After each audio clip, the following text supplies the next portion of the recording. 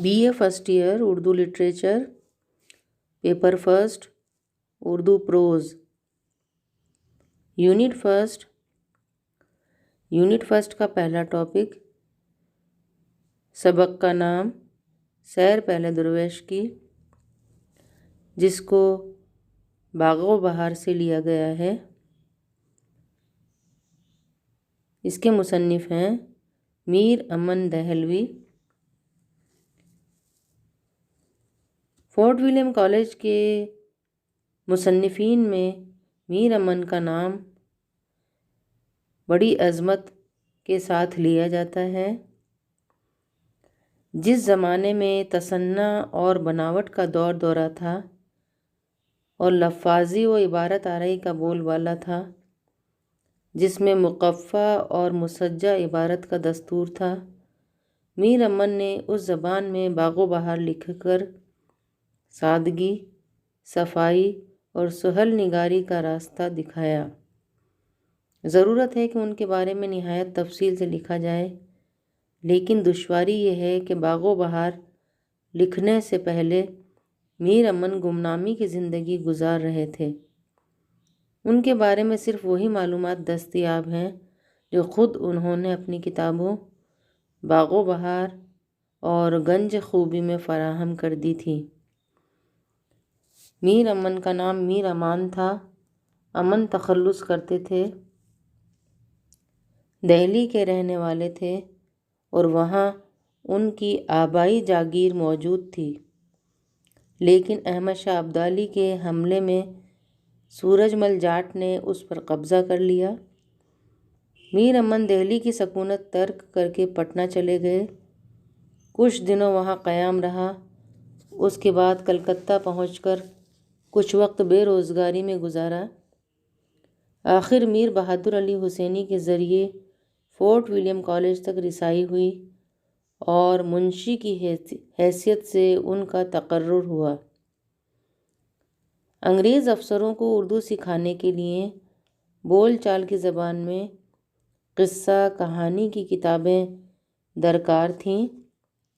Doctor جان Gilchrist کی نظر میں ایک فارسی داستان چہار درویش کی طرف گئی۔ انہوں نے میر امن کو ہدایت کی کہ اس قصے کو ٹھیٹھ ہندوستانی گفتگو میں جو اردو کے لوگ، ہندو مسلمان، عورت مرد، لڑکے بالے، خاص و عام، آپس میں بولتے چالتے ہیں، ترجمہ کرو۔ موافق حکم حضور کے میں نے بھی اسی محاورے سے لکھنا شروع کیا جیسے کوئی باتیں کرتا ہے۔ چار درویش کو تحسین نو طرز مرصع کے نام سے اردو میں منتقل کر چکے تھے، لیکن اس کی زبان مشکل اور فارسی آمیز تھی۔ زبان زیادہ مقفع تھی، اس لیے اس کا سمجھنا دشوار تھا اور کالج کا مقصد تو اس سے کسی طرح حاصل نہیں ہو سکتا تھا۔ میر امن نے اسے آسان اور بول چال کی زبان میں ڈھال دیا۔ مقابلہ کرنے سے اندازہ ہوتا ہے کہ تحسین کی نو طرز مرصع کے ساتھ ساتھ اصل فارسی کی کتاب بھی میر امن کے پیش نظر تھی۔ باغ و بہار کوئی تباہ تصنیف نہیں، ترجمہ ہے، لیکن اسے اردو کے نثری ادب میں نہایت بلند مرتبہ حاصل ہے۔ اردو نثر کو لفاظی، عبارت آرائی، قافیہ اور وزن کی پابندی سے نجات دلانے کی طرف یہ پہلا انقلابی قدم تھا۔ باغ و بہار کی سادگی میں غضب کی دلکشی ہے۔ اس کی سادہ و بے تکلف نثر نے اردو کو ایک نیا راستہ دکھایا اور اہل قلم کو یہ احساس دلا دیا کہ سادگی کا حسن بناوٹی حسن سے زیادہ جاذبیت رکھتا ہے اور زبان اسی وقت ترقی کر سکتی ہے جب وہ رنگینی، پیچیدگی، لفاظی اور بناوٹ سے نجات پالے۔ باغ و بہار کی اسی خوبی کے اعتراف میں سر سید نے فرمایا تھا کہ میر امن کو اردو نثر میں وہی مرتبہ حاصل ہے جو میر تقی میر کو شاعری میں حاصل ہے۔ میر امن نے عربی فارسی الفاظ کے استعمال سے جہاں تک ہو سکا ہے پرہیز کیا ہے۔ انہوں نے قصداً عام بول چال کے الفاظ لانے کی کوشش کی ہے، ہندی الفاظ کو بالعموم ترجیح دی ہے۔